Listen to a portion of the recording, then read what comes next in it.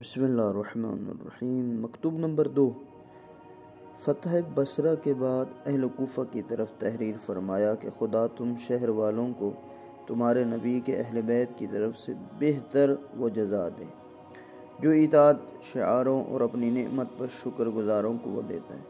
تم نے ہماری آواز سنی اور اطاعت کے لیے آمادہ ہو گئے، اور تمہیں پکارا گیا تو تم لبیک کہتے ہوئے کھڑے ہو گئے۔